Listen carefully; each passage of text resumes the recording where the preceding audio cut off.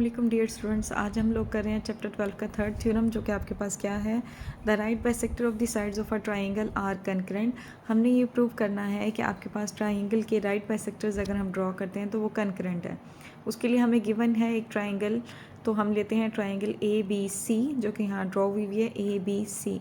हमने ये प्रूव करना है कि आपके पास the right bisector of A B C and C are concurrent. कि ट्राइंगल का अगर हम ए बी का राइट बाइसेक्टर ड्रॉ करें, बी सी का राइट बाइसेक्टर ड्रॉ करें और सी ए का राइट बाइसेक्टर ड्रॉ करें, तो वो सब के सब एक ही मिड पॉइंट में से पास करें।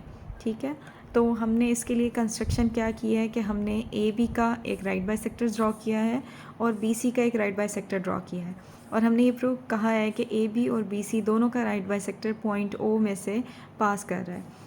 क्या है हमारी construction? Draw the right bisector of A B C which meet each other at point ओ।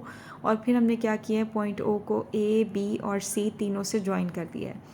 हमने यहाँ पे A B right bisector draw किया है, B C right bisector draw किया है, C A right bisector draw नहीं किया।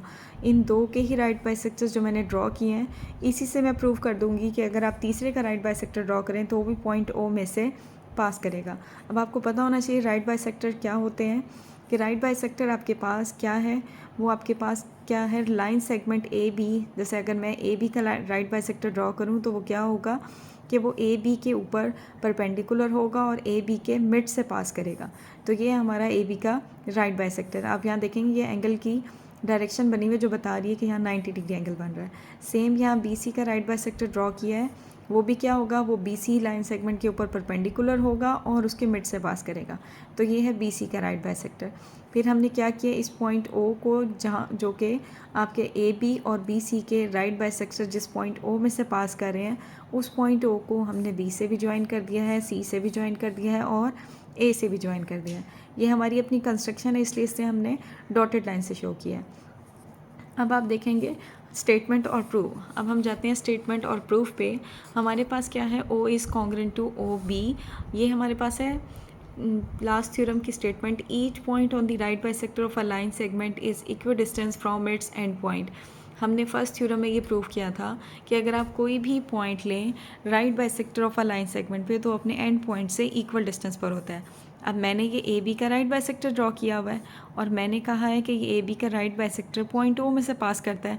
इसका मतलब ये है कि point O right bisector of a line segment पे लाई कर रहा है, और अगर ये right bisector of a line segment पे लाई कर रहा है तो इसका मतलब है कि ये इसका डिस्टेंस अपने एंड पॉइंट ए और अपने एंड पॉइंट बी से इक्वल होगा, जो कि आपने फर्स्ट थ्योरम की स्टेटमेंट पढ़ी है।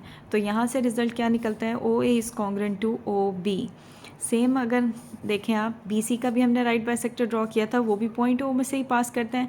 इसका मतलब ये है कि point O right bisector of a line segment पे लाई करता है। तो अगेन फर्स्ट थ्योरम की स्टेटमेंट से क्या होगा कि O B is congruent to हो जाएगा आपके पास ओ सी। देखें आपके पास O A is congruent to O B, ये हमारे पास है फर्स्ट थ्योरम की स्टेटमेंट। फिर हम कहते हैं सिमिलरली आपके पास क्या हो जाएगा, O B is congruent to O C as in one. जैसा कि हमने वन में ये प्रूफ किया है, तो हमारे पास ये भी इसके इक्वल होगा।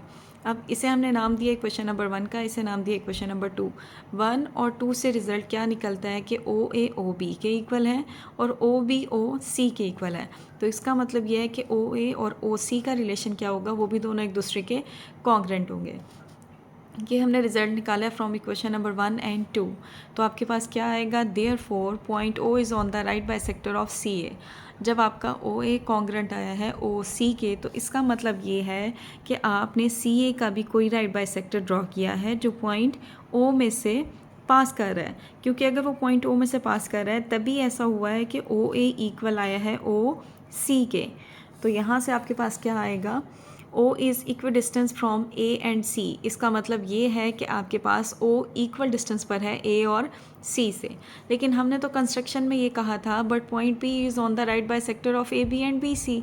जो मैंने कंस्ट्रक्शन की थी उसमें मैंने कहा था पॉइंट O राइट बाइसेक्टर है ए बी और बी सी का, लेकिन हमारे पास ये प्रूव हो गया है कि पॉइंट O राइट बाइसेक्टर है सी ए का भी।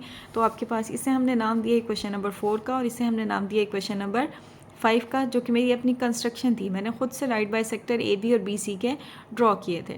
तो इक्वेशन नंबर 4 और 5 से रिजल्ट ये निकलता है, hence the right bisector of the three sides of a triangle are concurrent at O. इसका मतलब ये है कि तीनों के राइट बाइसेक्टर ABC और CA तीनों के राइट बाइसेक्टर इस पॉइंट O में से पास करते हैं। यही हमने थ्योरम प्रूव करना था। तो ये था आपका थर्ड थ्योरम।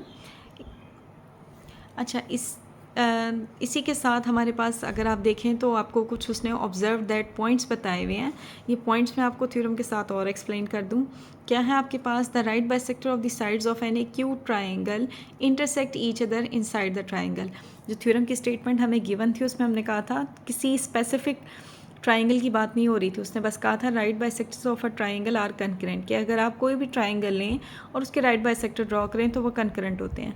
ये जो ऑब्जर्व दैट है आपके पास, इसमें वो आपको कहता है कि अगर आपने राइट बाइसेक्टर्स ड्रॉ करने हैं एक्यूट ट्राइंगल के तो वो इंटरसेक्ट करेंगे each other inside the triangle, mean triangle के अंदर इंटरसेक्ट करेंगे वो। ठीक है। दूसरा पॉइंट वो आपको कहता है the right bisector of the sides of are right triangle. अगर हम राइट ट्राइंगल के राइट बाइसेक्टर्स ड्रॉ करें तो वो कहाँ इंटरसेक्ट करते हैं, ऑन द हाइपोटेन्यूज। तीसरा वो कहते हैं the right bisector of the sides of an obtuse triangle. अगर आप ऑब्ट्यूज ट्राइंगल के राइट बाइसेक्टर्स ड्रॉ करें तो वो सारे के सारे एक दूसरे को कहाँ मीट करते हैं, outside the triangle, mean triangle से बाहर वो एक दूसरे को इंटरसेक्ट करेंगे।